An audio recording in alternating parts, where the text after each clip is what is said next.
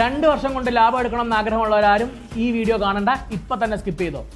Dubai sustainable സിറ്റിയുമായിട്ട് അനുബന്ധിച്ച് ബന്ധപ്പെട്ടൊരു പുതിയ project വരുന്നുണ്ട്. അതും സക്കൂറ എന്ന് പറയുന്ന ജാപ്പനീസ് ഫ്ലവേർഡ് ഇൻസ്പയർഡ് ആയിട്ട് വരുന്ന ഒരു കമ്മ്യൂണിറ്റി. അതും 5 ലക്ഷം സ്ക്വയർ ഫീറ്റിൽ വരും. 2 ലക്ഷം സ്ക്വയർ ഫീറ്റ് മാത്രമാണ് അവിടെ ബിൽഡിങ്സ് ആയിട്ട് വരുന്നത്. വെറും 1400 യൂണിറ്റ്.